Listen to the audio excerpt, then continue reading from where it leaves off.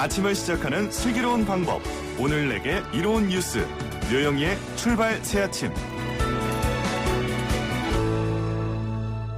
대한민국 최고의 아침 시사방송 YTN 라디오 노영의 출발 새아침 3부 문을 열겠습니다. 먼저 경제 박뉴스부터 시작할까요?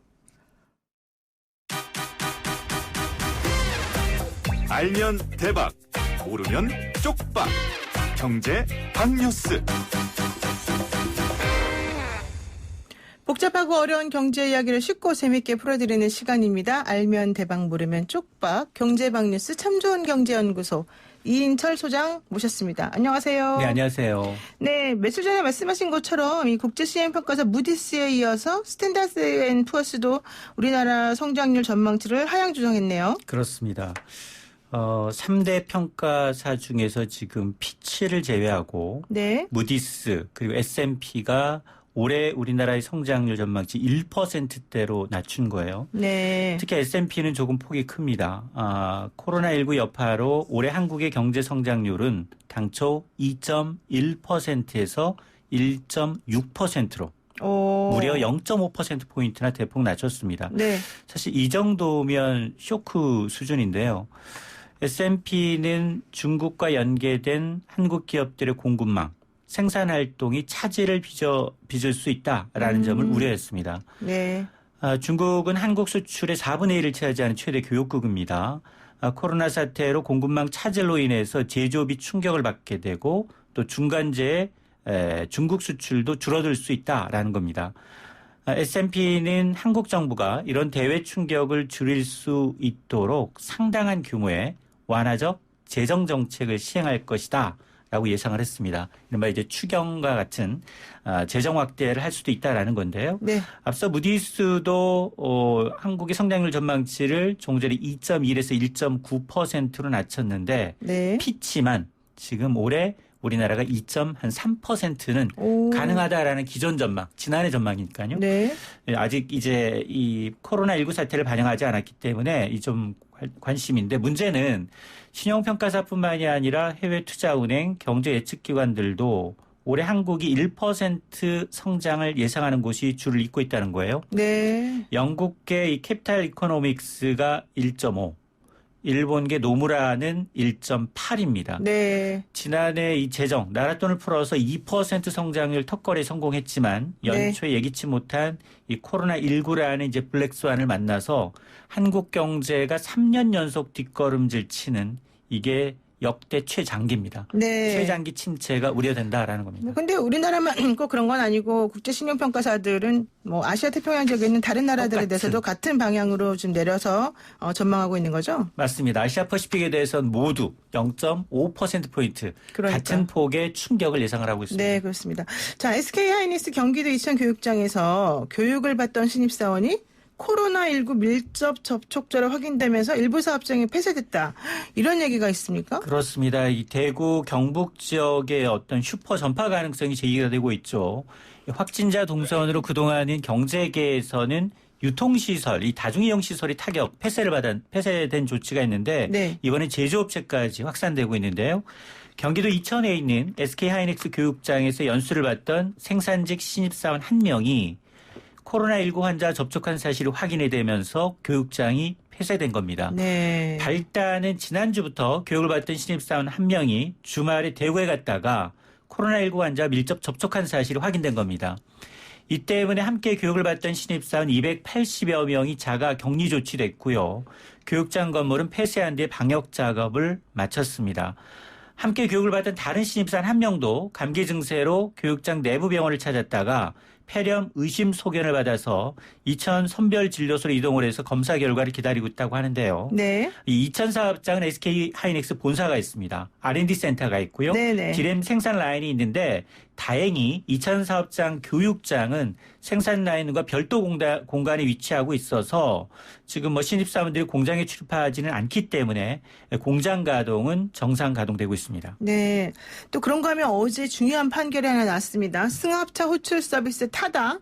이 타다가 합법이다. 그래서 결국 여객운송사업법 위반 혐의로 재판을 받은 관련된 사람이 무죄 판결을 받았죠? 그렇습니다. 이 차량 공유 서비스 타다가 합법이다라는 1심 판결이 나왔습니다. 뭐 아직 확정된 건 아니지만 당분간 타다는 합법의 틀 속에서 서비스를 지속할 수 있게 된 건데요.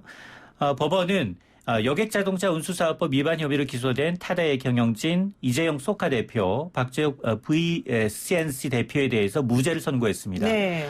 앞서 검찰은 고객들은 이 콜택시를 탔다고 인식할 뿐이라면서 경영진에 대해서 각각 징역 1년을 선고해달라라고 요청을 했는데요. 타다가 이제 면허 없이 불법 콜택시 영업을 해서 이것은 명백하게 여객자동차법 위반이다라고 했던 겁니다. 네. 하지만 재판부의 경우에는 합법적 테두리 안에서 기사 딸린 렌터카 서비스를 제공하다라는 타다 측의 주장을 인정한 겁니다. 이 여객자동차법에는 빌린 사업용 자동차를 유상으로 운송에 사용하거나 알선하는 행위를 처벌하도록 하고 있지만 시형령에서는 11인승부터 15인승 승합차의 경우에는 운전자 알선을 허용한다라는 예외 규정을 두고 있습니다. 따라서 이 재판부의 경우에는 이 타다 서비스가 이루어진 중에도 지난해 서울 택시의 매출은 오히려 증가하지 않았느냐라는 것까지 이제 덧붙이고 있는데요. 이에 대해서 검찰은 판결문을 면밀히 검토해서 항소 여부를 결정하겠다라는 입장인데 다만 변수는 국회에 지금 계류 중인 타다 금지법입니다. 네. 지금 여당을 중심으로 해서 이제 이 타다 금지법을 추진 중에 있기 때문에 통과 여부가 판가름되는 2월 임시국회가 중요한 고비가 될 것으로 보입니다. 네. 그런데 사실 그 기간에 택시를 이용하는 승객이 늘었다라고 하는 것하고 이게 무죄인지 아닌지하고가 연결이 되는지 사실 저는 잘 모르겠더라고요. 어쨌든 중요한 건 어제 판단으로 인해서 택시 면허를 그동안 취득해왔던 카카오택시 같은 곳에서 조금 반발이 있을 거다. 이런 얘기를 하기도 했습니다. 그리고요. 오늘 정부가 19번째 부동산 대책 발표를 하기로 돼 있는데 그럼에도 불구하고 이 풍선 효과가 사그라들지 않을 것이다. 특히 수원 지역의 청약 열기가 대단하다. 이런 얘기 나오네요. 그렇습니다. 오늘 정부가 이제 수용성, 수원, 용인, 성남 이 수도권 지역에 대한 규제 강화를 골자로 한 19번째 부동산 대책 발표를 예고하고 있습니다. 네. 근데 대책 발표 앞두고 어제 수원에서 무려 15만여 명이 역대 최고의 청약 인파가 몰리는 일이 있었습니다. 네. 한국감정원에 따르면 수원 매교역에 있는 피아파트인데요. 1074가구 모집에 무려 15만 6,500여 명이 몰린 겁니다. 와. 이게 1순위 평균 청약 경쟁률이 145대 1을 기록했는데요. 이게 이전에 지난해 말 분양했던 수원의 H아파트 청약자가 2배 넘는 이보다도 2배 넘는 인파가 몰려서 수원의 역대 최다 청약자 신기록을 썼는데 이 단지가 있는 이 8달구의 경우에는 조정 대상 지역으로 묶여 있긴 하지만 투기 과열지구나 청약 과열지구가 아닙니다. 네. 그래서 이 대출 규제만 받지 청약 규제를 피해서 이 비규제 혜택을 본 게 아니냐라는 거고 특히나 6개월 뒤에 전매가 가능하기 때문에 또 재당첨 제한을 받지 않는 것들이 청약 인파가 몰리는 요인이었다라는 건데 물론 이 19번째 대책 과연 이제 어떤 대책이 나올 거냐 잠시 후 이제 뚜껑이 열리겠습니다만 이 풍선 효과를 좀 차단하는 쪽에 좀 초점이 맞춰지지 않겠느냐. 일부 수도권 지역을 조정 지역 대상이나 아니면 투기 과열 지구로 추가 지정될 것으로 보여서 이렇게 되면 대출 규제 좀 더 강화되고요. 또 양도소득세까지 이제 중과되는 것이 포함될 것으로 보입니다. 근데 정부가 그런 대책을 내세운다고 진짜 이게 제대로 풍선 효과가 사라지고 값이 조금 안정화되겠느냐 이건 또 좀 의문인 것 같고. 그러니까 대책이 나오고 일단 어떤 대책이 포함이 돼 있는지 우리가 예상하는 수준인지 그걸 또 초과하는 강력한 규제가 있는지를 좀 지켜볼 필요는 있어 보입니다. 그렇죠. 그리고 사실 저도 청약 통장을 25년 동안 갖고 있는데 쓰지도 못하고 있어요. 1순위 청약 순서가 사실 그렇게 녹록하지가 않더라고요. 그게 또 1주택자의 경우에는 갈아탈 수는 거의 없습니다.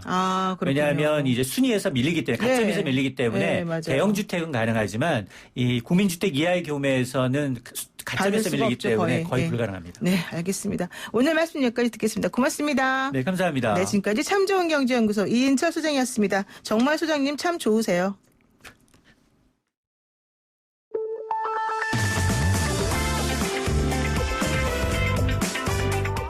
영희와 함께하는 슬기로운 출근길 노영희의 출발 새 아침은 청취자 여러분과 함께 만들어갑니다.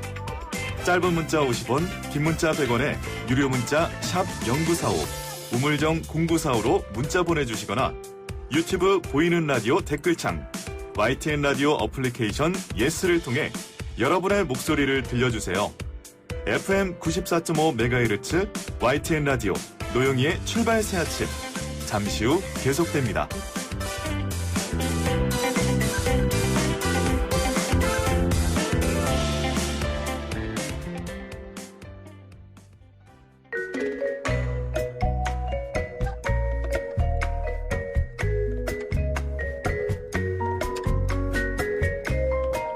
뉴스 속 법률 이슈를 탈탈 털어버리는 변호사들의 조찬 파티. 근데 밥 먹는데 먼지 나면 안 되는데 말하고 나니까 좀 이상하네요. 어쨌든 추천 파티 주인공 두 분 나오셨습니다. 정태현 변호사님 안녕하세요. 네, 안녕하십니까. 정태현 변호사입니다. 네, 그리고 조수진 변호사님 함께합니다. 안녕하세요. 네, 안녕하세요. 조 변호사님은 봄인가 봐요. 막 보라색으로 예쁜 원피스를 입으셨는데 기분 좋은 일 있으셔요? 아니, 오늘 날이 좀 풀린다고 해서 얼마 전에 산 옷을 좀 개봉을 해봤습니다. 저는 원피스 한 번도 못 입어봤어요. 자, 어쨌든 여기까지 얘기하고요. 자, 이제 의미 있는 재판 결과 한번 얘기를 해보겠습니다. 어제 타다 결국 이제 무죄가 나왔습니다. 합법이다 이런 얘기인데 법원이 유사 택시 논란으로 택시업계와 갈등을 빚어온 승합차 호출 서비스 타다가 초단기 렌트카 영업이다 이렇게 얘기를 해주지 않습니까? 네. 결과적으로 택시업계가 주장한 무면허 콜택시 영업이 아니다라는 얘기인데요. 저는 사실 박상구 부장님 잘 압니다만은 자, 왜 타다의 손을 들어주셨을까요? 예, 우선 이제 그동안에 문제가 됐던 건 타다 이용해 보신 분들은 알겠지만 앱을 통해서 자기 현재지는 나오는 거고 목적지를 하면은 그 차가 오거든요. 네. 그리고 그걸 타고 이제 가서 그동안 이용료를 내는 건데 그걸 이제 택시 업계에서는 아니 콜택시하고 무슨 차이가 있냐. 그렇죠. 똑같지 않냐. 네, 기사도 그렇게 안 오고 하잖아요. 네. 차도 오는 것이니까 원래 이 그 타다 회사는 차를 빌려주는 임대만 해주기로 했는데 기사까지 붙여서 하니까 결국은 콜택시다, 불법이다 이런 주장을 많이 해왔거든요. 거기에 대해서 그 타다 측은 아니 이거는 그 시행령에 보면은 11인승 이상 15인 이하는 기사를 같이 해줄 수도 있다. 네. 그래서 합법이다 이렇게 해와서 치열하게 논쟁이 있어 왔는데 결국 이제 택시업계에서는 계속 이런 사업이 커지게 되면 택시업계 생존을 위협하는 거 아니냐. 네네. 그래서 강력히 해왔는데 재판부는 기본적으로 타다가 운전자를 알선해주는 임대차 계약을 통한 렌트카 서비스다. 네. 초단기 임대다 이렇게 본 거죠. 그렇죠. 근데 이제 법리적인 다툼도 있지만 또 한 가지 보면은 그동안에 타다는 사실 한 이용한 분이 한 170만 명 된다는데 서비스가 좋았거든요. 차량도 네. 깨끗하고 그런 점에서 이제 일반의 호응을 받았고 거기에 비해서 택시 업계는 열악한 그 구조라든지 시설 때문에 많이 그 선호를 못했기 때문에 아마 그런 것도 작용을 하지 않았나. 새로운 모델을 허용을 해야 되지 않느냐. 그렇다면 이것에 대해서는 어느 정도 불법을 인정하면 곤란하다는 그런 일반의 인식도 혹시 반영된 것이 아닌가 그렇게 추측을 합니다. 네, 그래서 괜찮다는 거예요? 잘하셨다는 거예요? 아니, 저도 이제 법적으로는 좀 이해가 안 되는 면이 있어서 좀 찾아봤더니요. 네. 이게 왜 무죄가 났냐면 일반적으로 택시는 허가를 받아야 됩니다. 그래서 택시 영업 허가 안 받으신 분이 자가용 가지고 승객 태우고 돈 받으면 불법이잖아요. 그렇죠. 그런데 이 타다 서비스는 어떤 점을 이용을 했냐면 여객 자동차 운수 사업법에 보면은 큰 차의 경우 우리 타다 서비스 부르면 큰 차가 오잖아요. 일반 차보다. 그러니까 11인에서 15인승까지의 그런 뭐 카땡땡 요런 차 종류는 왜 관광지 같은 데 가면은 여러 명 우르르 관광 다니실 때 보면 큰 차 빌리면은 기사까지 빌리는 경우가 있어요. 운전하시기 힘들기 때문에. 그래서 요런 승합차의 경우에는 기사를 운전자를 알선해 주는 걸 허용한다라는 그런 운수사업법 시행령이 있습니다. 이게 뭐 관광업 때문에 허용이 된 건데 요 타다 서비스는 거기를 들어간 거죠. 그러니까 거기 그 규정을 이용해서 큰 차를 택시처럼 활용함으로 해서 운전자까지 빌려줬던 건데요. 이걸 가지고 검찰에서는 타다 영업의 실질은 다인승 콜택시 영업이지 이것이 자동차 대여 산업 아니면은 뭐 운전자 알선 산업으로 볼 수가 없지 않냐. 실제 택시 아니냐. 이렇게 해서 징역 1년을 선고해 달라고 구형을 했었는데 재판부에서는 아니다. 이거는 단기로 운전자하고 다인승 그런 자동차를 같이 임차해 준 거다라고 판단해서 무죄를 내린 겁니다. 근데 저는 조금 애매한 부분이 있는 것 같아요. 왜냐하면 그 무죄 판결의 취지 중에 하나가 그동안에 그 기간 동안에 오히려 택시를 이용하는 승객들이 늘었더라. 네네. 그게 왜 불법이 아니라는 근거가 되는지 그러니까 모르겠어요. 사실은 아까 말씀드린 대로 엄격한 이제 법리적인 문제도 있고 또 하나는 이것이 새로운 비즈니스 모델이면 틀림없거든요. 그 얘기는 이제 미래산업 관련해 가지고 사실은 좀 지향점을 말한 건데. 그래서 이제 이 재판부도 실제로 보면은 이 타다 사업에 관해서 국토교통부 관계자들을 계속 그 회의를 했고 로펌에서 자문도 받고 했기 때문에 지금 회사 타다 쪽으로서는 이것이 뭐 불법이라는 인식도 없었고 또 그동안에 새로운 모델이니까 기존의 택시 업계와 서로 갈등이 생기지 않도록 조정을 했어야 되거든요. 네. 그러니까 타다 회사로 하여금 뭐 다른 방향으로 하게 한다든지 근데 그런 것도 전혀 없었고 그래서 그냥 종전 그대로 이건 뭐 법에 안 맞으니까 불법이라고 처벌하는 거는 어떻게 보면은 이 정부에서 해야 될 소임을 다하지 못한 것이다. 그런 것도 지금 반영이 돼 있는 걸로 보입니다. 네, 어쨌든 그래서 타다를 반대해 왔던 김경진 의원 같은 경우에 어제 네. 판결에 대해서 이 타다의 근거가 된 여객운수법 시행령의 제정 취지를 무시한 오판이다 이렇게 반대를 하고 있고 또 택시 운송조합에서 타다와 같은 유사 사례가 계속 나올 거라고 걱정도 하고 있습니다. 앞으로 어떤 쟁점이 좀 있을까요? 하나 정도? 사실은 이게 이제 법률적으로 보면은 택시와 실질이 사실은 같다라는 점 자체가 문제입니다. 사실 문제죠. 근데 저는 네.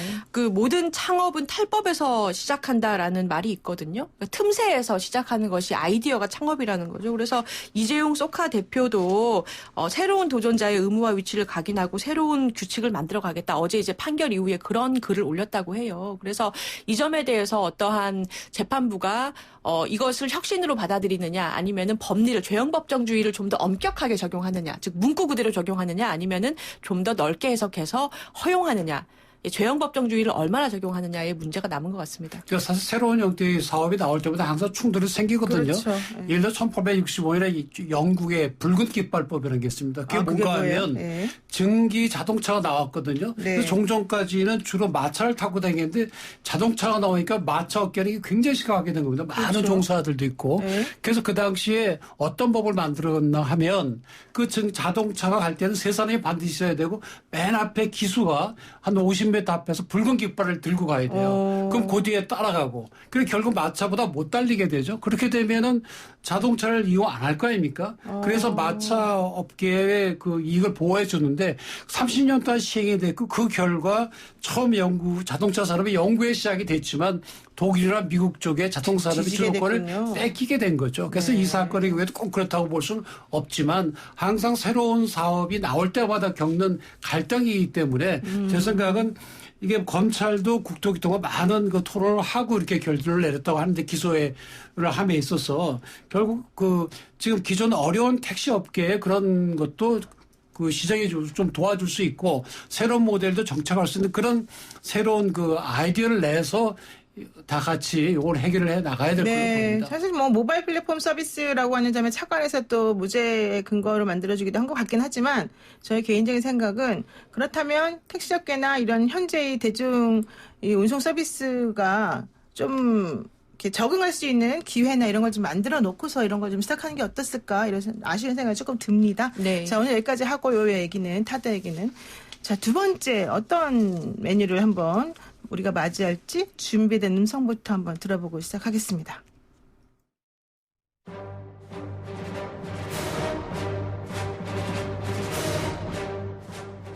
뭐 도곡당이 어떠다고요? BBK가 어떠가요? 새빨간 거짓말입니다, 여러분. 다스는 누구 거냐 이렇게 묻고 있습니다. 이 부분에 한 말씀 부탁드립니다. 그런 아닌데 물을 일은 아닌 것 같습니다. 정치적 보복이냐 이런 의심이 들기 시작했습니다. 보수를 괴멸시키고 또한 이를 위한 정치 공작이자 노무현 대통령의 죽음에 대한 정치 보복이라고 보고 있습니다.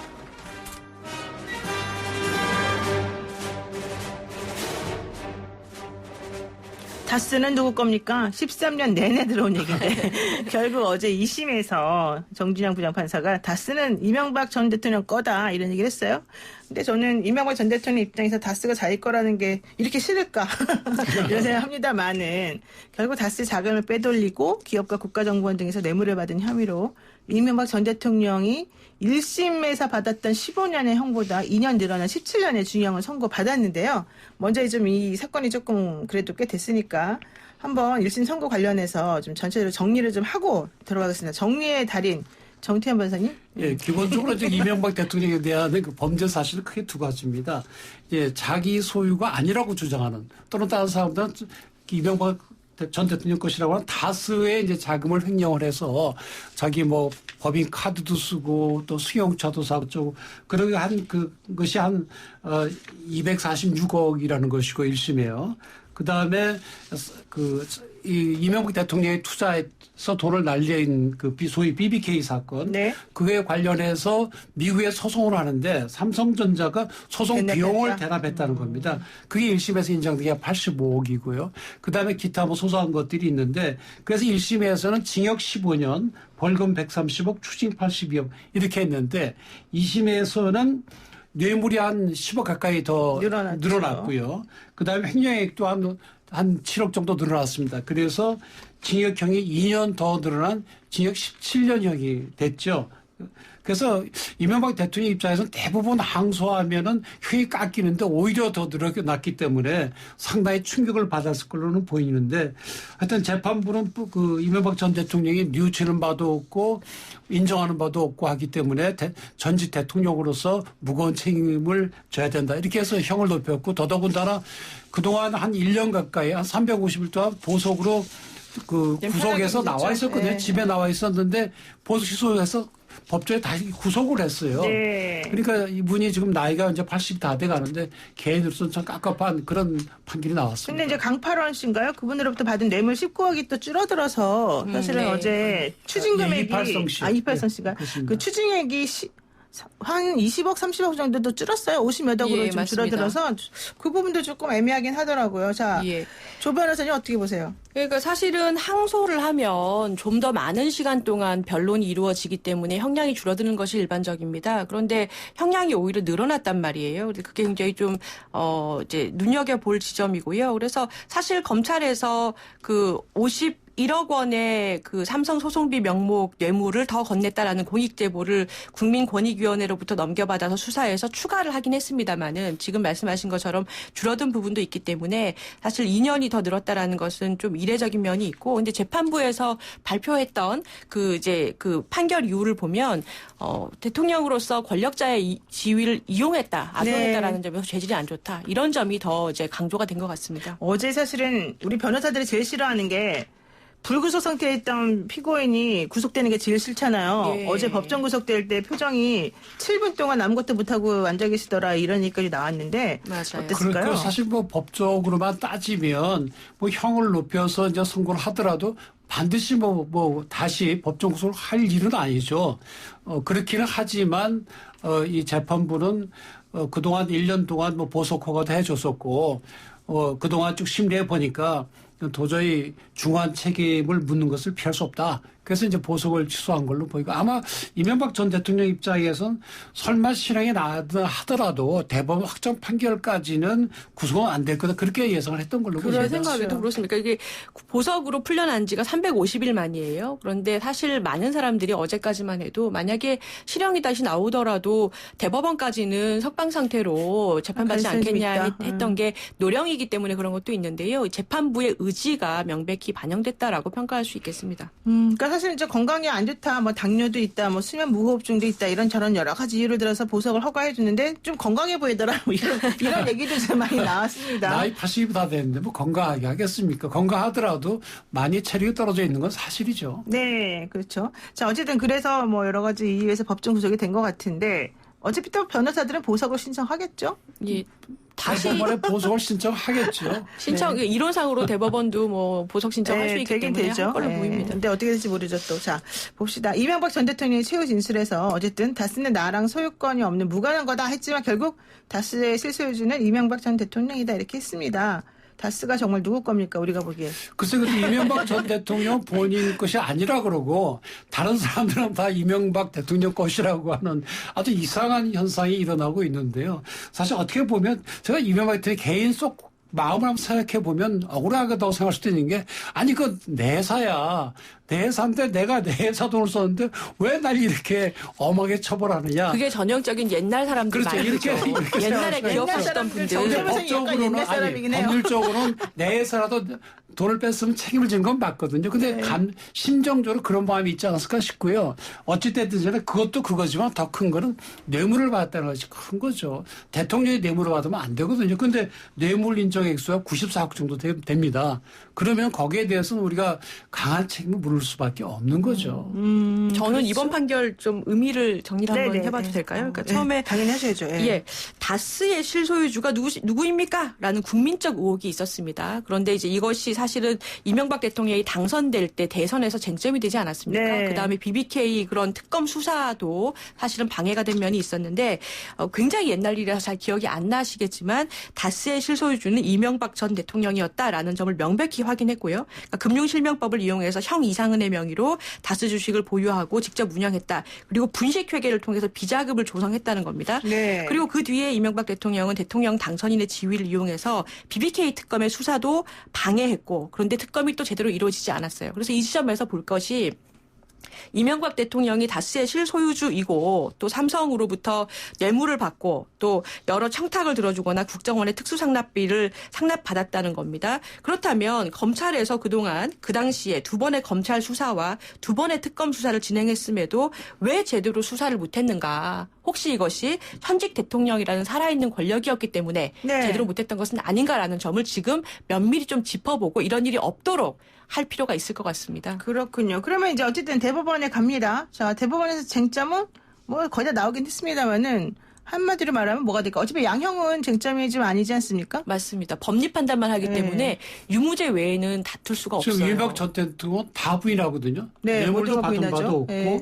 다스는 내 것이 아니고 다스의 그 오너들이 자기가 이명박 전 대통령 아닌 형이나 이런 분들이 합법적으로 쓰게 한 것이다. 그게 다 부인하고 있는 것인데 문제는 지금 조 변호사님 지적하신 것처럼 예전에 있었던 검찰 수사나 특검에서 밝혀내지 못했던 가장 큰 장애의 물이 뭐였는가 하면 관련자들이 다 이명박 전 대통령의 주장에 맞는 진술을 해왔거든요. 네. 그랬는데 이번 그 수사에서는 그걸 다 번복을 했어요. 사실은 이거는 이명박 대통령 것이다라든지 그래서 전부 진술이 다 바뀌었기 때문에 이게 지금 사실 뭐 대법원에 가서도 받기가 쉽지가 않습니다. 왜냐하면 대법원은 법리 판단만 하는 데거든요. 네. 근데 관계자들이 다 쓰는 이명박 대통령 소유다. 이렇게 뇌물을 줬다. 뇌물을 받았다. 이렇게 전부 진술을 하고 있으니 글쎄 그 대법원에 가서 이거를 그 무죄를 받을 수 있을까 쉽지 않을 걸로 보입니다. 그런데 사실 제가 봤을 때 약간 패착도 있는 것 같아요. 1심에서는요, 그 검찰 측 증인이나 증언에 대해서 진술에 대해서 이명박 전 대통령식이 전부 다 증거 동의를 했단 말이에요. 그러다가 2심에 가서 갑자기 전부 다 그걸 바꿔가지고 다 증거 부동의를 하고 새로 다 사람을 불러달라고 그래서 진술을 또 다시 들었어요.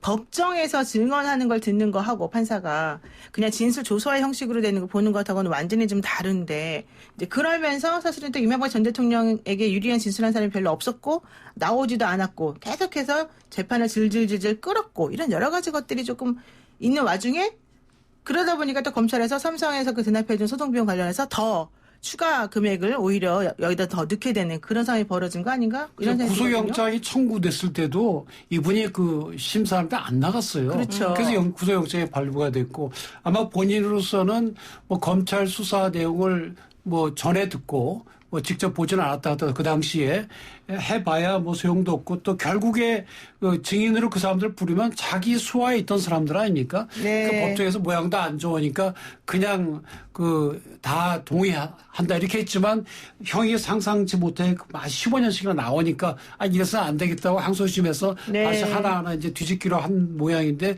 그게 하여튼 뭐 의도된 대로 안 됐습니다. 그렇군요. 지금 6635 쓰시는 분께서요. MB 각하 수조원의 가치가 있는 다스 갖기 싫으면 저 주세요.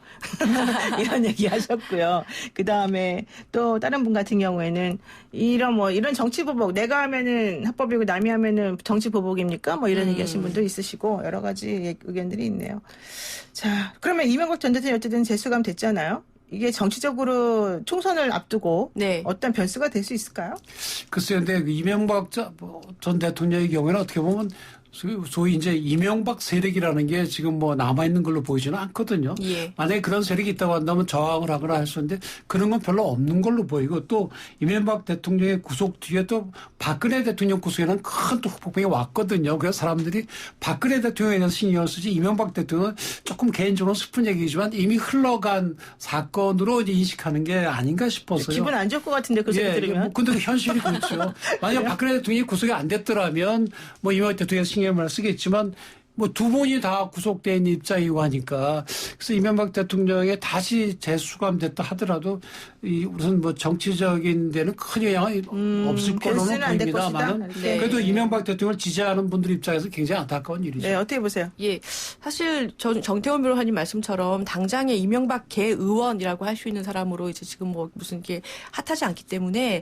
그것보다는 지금 사실 지금 정권에서 4대강 비리, 자원외교 비리, 국방 비리 그런 소위 4대방 비리에 대해서 처음에 적폐청산이다라고 해가지고 굉장히 이제 정리를 해왔지 않습니까? 그렇다면 마무리를 잘 해야 그게 나중에 평가를 잘 받겠죠. 특히 검찰에서 지금 2심에서 추징금 선고된 것이 57억 8천만 원이에요. 네. 그렇다면 그것도 제대로 환수하는 모습을 보여야 사실은 처음에 적폐청산으로 시작했던 문재인 정부에서 추진했던 그런 과거 청산 작업들이 마무리된다. 이런 평가를 받을 수 있을 겁니다. 벌금이 130억이고 추진액이 57억이면은 다 합쳐가지고 거의 200억이 될 텐데 그거는 있다고 그러는 것 같더라고요. 아니 뭐 저 다수가 이명박 전 대통령 소유가 아니면 집밖에 없는 거고요.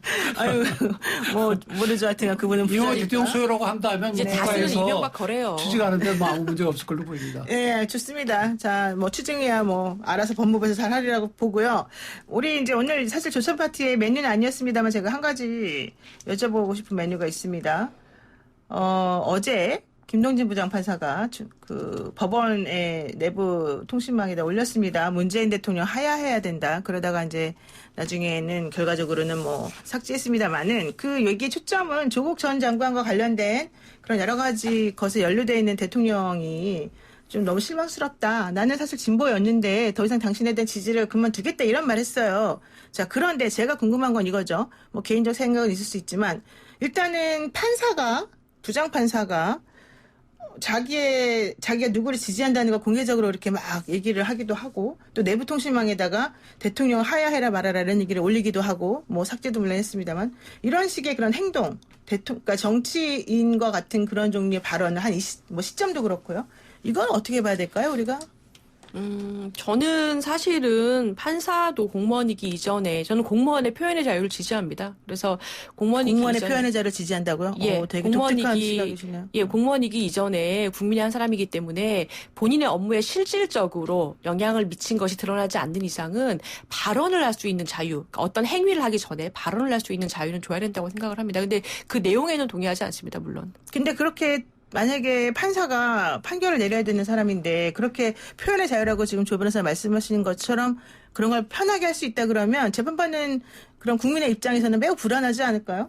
저는 그 판사가 개인적 소신을 갖는 건 그건 뭐 그냥 개인적 소신 자유고 그러나 거고. 그분이 이제 내가 현직 부장 판사다 이런 것을 밝히거나 또는 누구나 다 알 수 있는 입장에서 그렇게 정치적인 의견을 밝히는 것은 적절하지 않은 것으로 보입니다. 왜냐하면 그러면 이분이 정말로 내 생각은 그렇지만 실제 재판할 때는 정파에 관계 정치적 에 관계없이 공정히 한다 하더라도 그렇죠. 그걸 보는 입장에 특히 지는 입장에서 특히 민사는 한쪽은 이거 한쪽은 줘야 되지 않습니까? 네. 형사도 뭐 마찬가지고 그것도 한다면 저 사람이 저런 정치적 성향 때문에 저렇게 한다는 오해를 불러일으킬 수가 있기 때문에 네. 이렇게 그 외부적으로 공개적으로 정치적인 자기의 견해를 밝히는 건 적절하지는 않은 걸로 보입니다. 그런데 요즘에 왜 그런 일이 그렇게 늘어나고 하필이면 또 이 시점에 그런 말을 했을까요? 글쎄 지금 이제 사실 그래서 지금 사법부에 대한 신뢰가 문제가 되고 있는데요. 네. 뭐 엊그제까지 법원을 개혁해야 된다고 막 외치던 분들이 갑자기 우르르 전부 또 총선에 후보로 나가지 않습니까? 그렇죠. 물론 그분들의 네. 정치적인 뭐 자유가 있죠. 그런 것도 있죠. 또 현직에 있으신 분이 또 이렇게 정치 의견 표시하고 그러다 보니까 이제 일반 국민들 사이엔 사법부의 판단이라는 것이 혹시 저렇게 자기 정치적인 선호에 따라서 바뀌어지는 것이 아닌가 하는 그런 의심을 받을 수가 있기 때문에 참 어느 쪽이나 다 좀 조심해야 될 걸로 보이고요. 다만 조 변호사님 말씀하신 대로 만약에 이것이 좀 더 활성화돼서 오히려 그런 판사들이 자기 정책 소신을 밝히는 것이 오히려 자유로운 그런 문화라고 한다면 네. 말은 그렇게 하지만 재판은 공정하게 하겠지는 일반 국민의 믿음이 확보될 때 그때는 뭐 밝혀도 되지만 아직은 좀 이르지 않나 싶습니다. 어떻게 네, 보세요? 제가 약간 더 첨언을 하자면 네. 과도기인 것 같습니다. 그러니까 사실은 정치적인 표현, 말은 막지 말아야 되는 거거든요. 그래서 네. 만약에 그것이 대부분의 사건은 또 정치적인 쟁점하고는 무관해요. 일반적으로 이제 기계적으로 어떤 업무적으로 하는 것이고 그래서 만약에 정치적인 판단을 자신의 업무에 판사가 반영한 것이 드러난다면 1심에서 3심이라는 신급제를 이용해서 견제가 되고 또 정말 그것이 잘못했다면 징계도 할 수 있고 나아가선 탄핵도 됩니다. 하지만 네. 정치적인 표현 자체는 오히려 활성화하는 것이 내부적인 정화 작업이라든지 아니면 판사 내부적인 토론을 통해서 올바른 결론으로 나아가는데 네. 오히려 도움이 되지 않을까 싶어요. 그래요. 좋습니다. 자, 오늘 마칠 시간 됐는데 이거 하나만 읽어드리고 제가 마칠게요. 1793 쓰시는 분께서요. 어느 정권에든 공과 과가 있을 겁니다. 과거 정권을 모두 과라고 본다면 모두 적폐로 본다면 사실은 또 누구라도 언제든 적폐가 될 수 있다는 얘기가 아닐까 이런 얘기 하셨고요. 또 그리고 또 정치 판사 정치 검사는 좀 없어졌으면 좋겠습니다. 이런 얘기 하시는 분도 계십니다. 오늘 말씀 여기까지 들을게요. 고맙습니다. 네, 고맙습니다. 감사합니다. 네, 지금까지 정태현 변호사, 조수진 변호사였습니다. 네, 노영의 출발 새 아침 여러분 지금 듣고 계시고요. 저는 잠시 후에 돌아오겠습니다.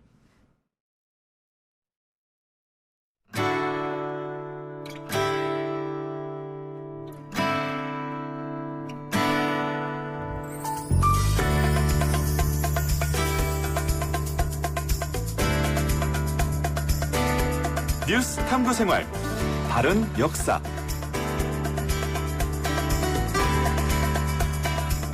뉴스를 각별한 시선으로 다시 들여다보는 시간입니다. 뉴스 탐구생활. 오늘은 바른 역사 시간이죠. 역사라는 프리즘을 통해서 뉴스를 똑바로 들여다보자.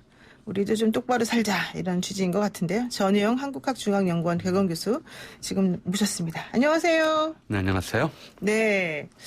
지금 좀 최근 소식이 하나가 저도 좀 몰랐었는데요. 미국으로부터 도장 2점이 우리나라로 돌아왔다 이런 소식이 전해졌습니다. 뭐 당연히 도장이라고 하면 일반 저희 막도장 이런 거 당연히 아니겠죠. 국세, 대군주보와 효종어보 이렇게 2점인데요. 우선 이것이 갖는 의미는 뭔지 이 대군주보 그리고 효종어보 이게 도대체 정확히 뭔지 좀 설명을 좀 부탁드리겠습니다. 많은 분들이 뉴스로 접하셨을 거라고 생각해요. 저도 이제 YTN TV 뉴스를 보고 네. 한편으로 기쁘면서도 또 한편으로 다소 좀 아쉬운 점이 있었어요. 예. 그러니까 일단 문화재청하고 국립고궁박물관에서 충분히 검증을 했겠지만 아쉬웠던 점은 네. 사실 일제강점기에 이런 류의 도장들 위조가 간간히 만들어졌어요. 위조품들이. 네. 조선 총독 도장도 위조품이 있었고요. 네네. 근데 이게 진품으로 좀 확정을 하려면 도장 자체의 모양새 좀 그 제작 기술뿐만이 아니라 네. 이게 찍힌 문서까지 같이 좀 찾았어야 해요. 문서까지. 예. 그래서 그렇죠. 이게 제대로 찍힌 거냐, 네네네. 요점에 대해서 또 이게 어떤 용도로 쓰인 거냐에 대해서는 다소 제가 좀 미심쩍은 부분이 좀 남더라고요. 예를 네. 들어서 지금 일단 이 도장은 다른 문헌자료와 대조해 봤을 때 1882년에 새겨진 것으로 네. 이렇게 좀 보도가 되었는데 그러면서 좀 청취자의 이해를 돕기 위해서인지는 몰라도 이 도장을 새로 새긴 이유에 대한 기사를 다소 왜곡을 했어요. 네. 그러니까 원래 이제 그 사료에는 교린상 필요해서 새로 새긴다. 교린상이요? 이렇게 돼 있어요. 근데 이거를 외교상으로 이제 교린 그러면은 사람들이 헷갈리 하니까 네네. 외교 문서에 찍기 위해서 새로 새겼다 이렇게 이제 문장을 바꿨고요. 또 그러면서 새로 새긴 이유가 이제 조선의 자주권을 드러내기 위해서였다. 이것도 말이 좀 안 되는 것이 YTN 보도를 보니까 조선국왕지인을 그때까지 쓰다가 이걸 새겨서 이걸로 썼다라고 얘기했는데 그거 사실은 아니거든요. 아, 잘못된 보도입니까? 네. 그러니까 청나라와 사대 관계를 맺는 그런 좀 제약 조건 때문에 네. 청나라가 들어선 이후에는 청나라에 보내는 외교 문서에는 조선국왕지인을 계속 썼어요. 그 이후에도. 네. 근데 1870년에 일본과 통상조약을 체결하고 82년에 미국과 통상조약을 체결하면서 네. 이제 통상조약을 새로 맺어야 될 외국이 늘어나거든요. 네. 그래서 이런 이제 중국이 아닌 평등한 관계를 맺어야 할 그런 외국에 쓸 때에는 좀 이제 조선국왕지인을 쓸 수도 없고 그 전에도 일본 대마도주에게 보내는 이제 도장은 다른 걸 썼었거든요. 네. 그래서 좀 다른 도장이 필요하겠다고 판단했던 상황이죠. 그래서 제가 조미통상 수호조약 문 고정 도장이 찍힌 확인해봤더니 거기는 그냥 대군주보가 아니라 대조선국 대군주보가 찍혀 있었어요. 그러니까 이 도장이 어느 문서에 찍혔는지를 좀 확인을 해야 첫 번째로는 진품 여부를 확인할 수가 있고요. 용도를 확인할 수가 있거든요. 왜 이제 이런 말씀드리냐면 우리가 흔히 국세 이런 말을 하지만 옥세 이런 말도 하고요. 네. 원칙적으로 이제 도장을 부르는 이름이 좀 달랐어요. 그러니까 이름이? 고대 중국부터 시작된 거거든요. 네. 도장의 가치나 의미에 대해서는 이따 시간이 되면 말씀을 드리고요. 네네. 황제의 도장은 세라 하고 군주의 도장, 왕의 도장은 보라 하고 제후의 도장은 장이라 하고 그 밖에 관사인의 도장은 인이라 한다. 이렇게 하는 것이 이제 구분의 원칙이에요. 그럼 보는 뭐예요? 그러니까 왕의 도장이 왕의 도장, 보. 그러니까 대군주보, 대군주급에서는 보라고 새기는 거죠. 네. 국왕지보. 근데 이게 아래에 보낼 때는 보인데 국왕이 황제에게 보낼 때, 그러니까 조선에서 중국에 보낼 때는 인을 떴어요. 그래서 조선국왕지 인이 되는 것이고, 그렇군요. 그러니까 이름 자체가 복잡해요.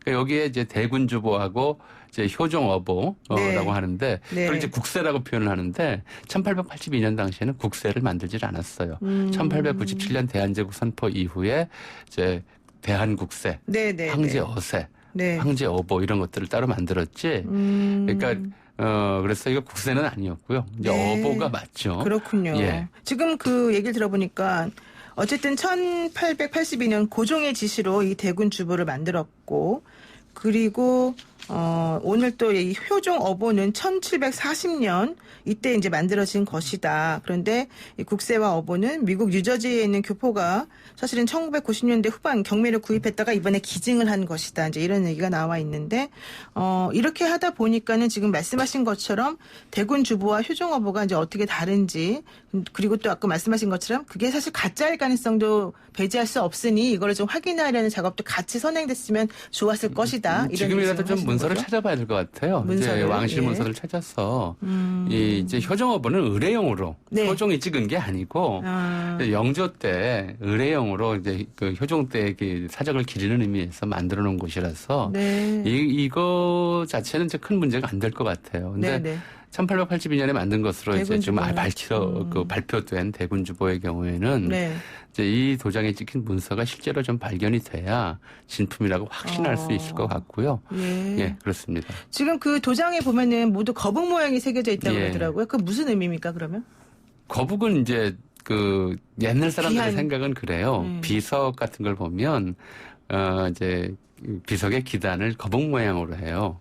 귀수라고 해서 네네. 그다음에 비석의 꼭대기는 이제 용 문양을 새기고 그렇죠. 그러니까 네. 바다 밑을 지키는 동물이에요. 제일 밑에 있는 것이죠. 그러니까 땅바닥을 눌러주는 동물이다라고 하는 그런 의미라서 네. 이게 장수를 상징하기도 하지만 이제 문서가 한번 눌러놓아서 다시는 이제 여기서 바꿀 수 없다. 사실은 도장을 찍는다는 것은 옛날부터 그랬어요. 최종적인 의사결정을 의미하는 것이거든요. 그러니까 지금도 결제란에 도장 찍잖아요. 네네, 문서 그렇죠. 도장 찍기 전에 문서는 얼마든지 바꿀 수 있어요. 근데 일단 도장을 찍으면 바꿀 수 없는 것 최종적인 결정이다. 바꿀 네. 수 없음. 이런 것들의 의미들을 좀 새겨서 사용했기 때문에 네. 뭐 옛날부터 이제 이 왕의 도장이나 도장의 모양을 흔히 거북 모양으로 만드는 것은 이제 보통이었고 조선 국왕의 도장들도 역대 도장들도 대개 용 머리를 한 거북 네. 모양의 이제 도장을 썼죠. 그랬군요. 지금 그 얘기 들어보니까는 국세는 국권을 상징하는 공문서용 도장이고 뭐 어보는 왕실의 덕을 기리기 위해서 만든 의례용 도장이다. 이게 일반적으로 알려져 있는 얘기인데 조선시대에 국세가 37개 그리고 어보가 375개 이렇게 만들어졌다는 거예요. 그런데 그중에서 국세 28개 그리고 어보 45개 등은 사실은 어디 갔는지 모르겠다. 예. 그렇죠. 잘 관리해야 되는 것이 네. 이제 그 나라의 일이고요. 자꾸 자기가 지금 국세 어보라는 말을 쓰는데 사실은 조선시대에는 이 국세라는 것을 내부적으로 쓰지를 않았던 말이에요. 지금 말씀드렸듯이 황제의 도장. 왜냐하면 이게 옥세란 말이 생긴 것이 진시황 때, 네. 중국 진시황 때 화시벽이라는 아주 귀한 옥을 얻었대요. 네. 그거를 당대 최고의 장인에게 또 이제 당대 최고의 글씨 쓰는 이제 이사에게 글을 쓰게 하고 장인에게 새기게 해서 그렇게 해서 그거를 진시황의 도장으로 썼거든요. 네. 이걸 이제 그래서 여기서 옥으로 만든 이제 세라는 글자도 그때 만들었던 것으로 보여요. 그렇죠. 황제의 도장해서 옥세라고 불렀고요. 이게 진시황 때만 쓰인 게 아니라 그 이후에 진나라가 망하고 한나라가 들어서서 위진 남북조 시대까지 거의 1000년 넘게 계속 중국의 역대 황제들에게 전승이 됐어요. 네. 그래서 이걸 나라를 전하는 옥세, 그래서 전국세라고도 불렀거든요. 네네. 그게 대략 이제 기원 후 10세기경에 갑자기 사라졌어요. 요나라 때. 네. 그래서 아마 지금 발견되면 뭐 어마어마한 가치가 있지 않을까 싶은데. 그러네요. 그게 진짜. 이제 국세고요.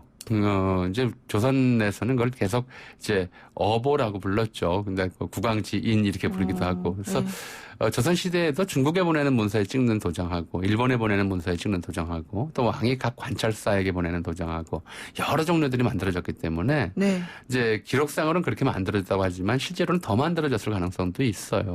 그리고 이제 이게 왕실의 권위가 추락하고 이제 더 이상 이제 왕이나 황제의 이름으로 문서에 도장을 찍을 일이 없어지는 때 그때가 이제 일제강점기잖아요. 그렇죠. 그럴 때 이제 이게 박몰이 되는데 일제강점기엔 그럭저럭 관리가 됐던 것 같기는 해요.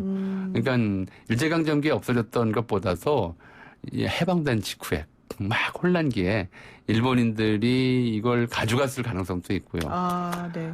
또 하나는 이제 해방 직후에 혼란기와 한국전쟁을 거치면서 이 많은 유물들이 이제 어디로 갔는지 알 수 없게 된 것들이 꽤 있거든요. 네. 그 상황에서 미군이 뺐을 가능성도 배제할 수는 없어요. 그러니까 몇 해 전에 대한국세가 돌아왔어요. 미국에서요. 네. 그것도 역시 경위를 알 수가 없는데 그게 일본을 통해서 갔을 가능성은 대단히 적고요.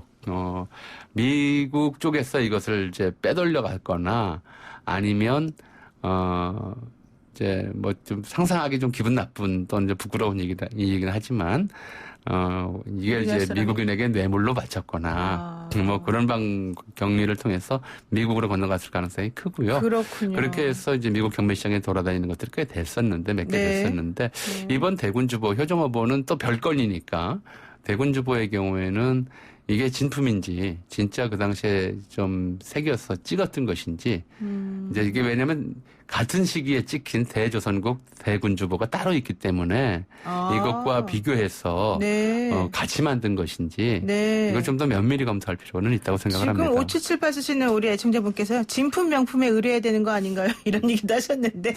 그러니까 이 도장의 경우에는 네. 워낙 정교하게 만들 수 있는 데다가 실제로 우리가 인감을 도장만 가지고 진위를 판별하지는 못하잖아요. 그렇죠. 찍어놓은 것하고 그렇게 비교를 해서 판별하듯이 이것도 이 대군주보가 찍힌 문서를 찾아야 일단 좀 진품 여부를 확실히 알 수 있을 것 같습니다. 네, 혹시 방송 들으시는 분 중에 그런 문서의 소재를 알고 계신 분은 연락을 좀 주시면 좋겠습니다. 그리고요, 어쨌든 저는 그래도 참 감사한 게 이번에 이게 돌아오게 된 게 재미교포 이대수 씨가 경매시장에서 사서 이것을 처음부터 우리에게 돌려줄 생각을 가지고 있었다 이런 얘기 있었거든요. 네. 그러니까 결과적으로는 우리 그 국민 개인의 협조가 있었기 때문에 우리의 소중한 문화재가 결국 환수되었다라는 얘기인데 지금 말씀하신 것처럼 그런 식으로 어디 갔는지 모르지만 하여튼 어딘가에 있을 그 문화재들을 결국은 우리 국민들이 개개인적으로 이렇게 사오든지 뭐 구해가지고 돌려줘야 되고 이런 방법밖에 없는 거예요? 그렇지는 않습니다. 그러니까 이제 그 뭐 국립중앙박물관이든 민속박물관이든 경매시장에서 직접 구입할 수 있는 방법도 있어요. 네. 나가서 이제 일정한 가격대 가치를 놓고 보면 가격대를 좀 정해놓고 직원들이 가서 학예사들이 가서 이게 꼭 필요하다 판단하면 구입할 수 있는 방법도 없지는 않은데 그러기에는 뭐 도자기 루라 같은 경우에 이제 국가 예산에서 볼 때 가격이 많이 나가는 것도 있고 그렇죠. 비싸죠. 또 경매품 같은 경우는 이런 식의 좀 유명 경매 시장에서 진품 여부를 확인해 줘야 되는데 사실 외국에서 확인하기 어려운 것들도 좀 있어요. 이런 여러 가지들이 있어서 뭐 아무래도 이제 이런 독지가들에게 의존하는 부분들이 적지 않은데 뭐 국민의 한 사람으로서 이런 분들께 감사해야 할 일이죠.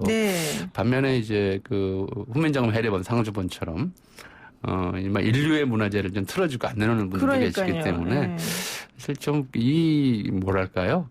정서 자체가 이제 국가 전체의 보물들은 이제 국민 전체에게 되돌린다. 그렇죠.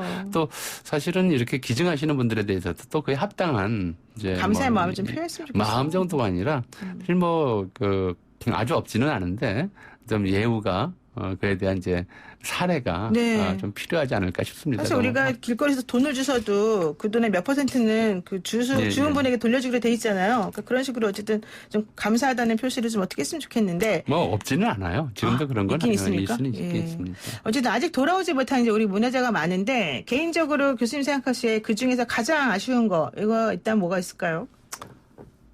뭐 이거야 정말 보는 분들마다 다르겠죠. 다르겠지만. 뭐 예를 들어서 훈민정음 해례본이 다른 게 더 발견이 된다면 그거보다 더 가치 있는 게 있을까라는 생각을 저는 개인적으로는 해요. 근데 그보다도 뭐 예컨대 안견의 목류도원도처럼 일본에서 가지고 있는 그림들 이런 것들 상당히 많거든요.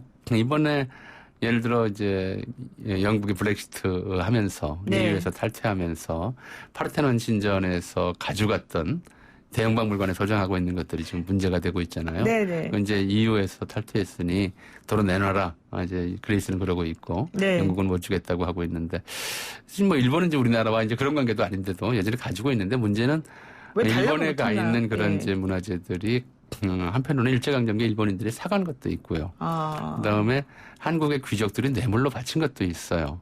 그러니까 이제 일본인들의 소장 경위가 불분명한 데다가 또 뭐 당시 기록들을 보면 역대 조선 총독, 특히 초대 데라우치 총독 같은 경우에는 이 조선 골동품 수집광이라서 어마어마하게 많은 이제 문화재급 보물들을 가져갔다고 그래요. 그러니까 그런 것들이 이제 쌓여 있는데도 우리가 지금 다 이제 환수 얘기를 하기 어려운 형편이죠. 그래서 이런 문제들이 있어서 뭐가 가장 이제 돌려받고 싶은 거냐.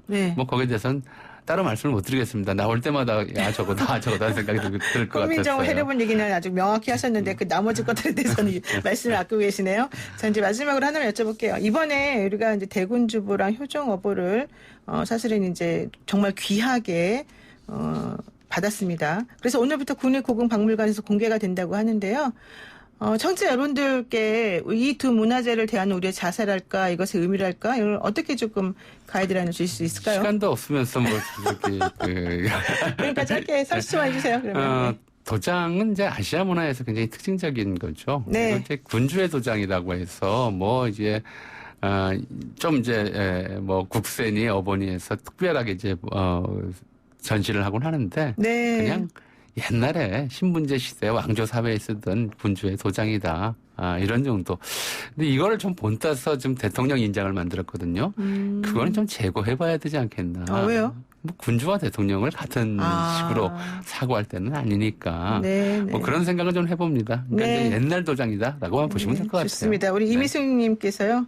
이른 아침 시간에 좋은 정보 뉴스 접해서 너무너무 좋습니다. 정들량 님도 참 우리 역사를 비참하게 만든 이 상황이 싫습니다만은 그래도 감사합니다. 이렇게 얘기하셨습니다. 고맙습니다. 오늘 말씀 여기까지 듣겠습니다. 네, 감사합니다. 네, 지금까지 역사학자 전우영 교수와 함께했습니다.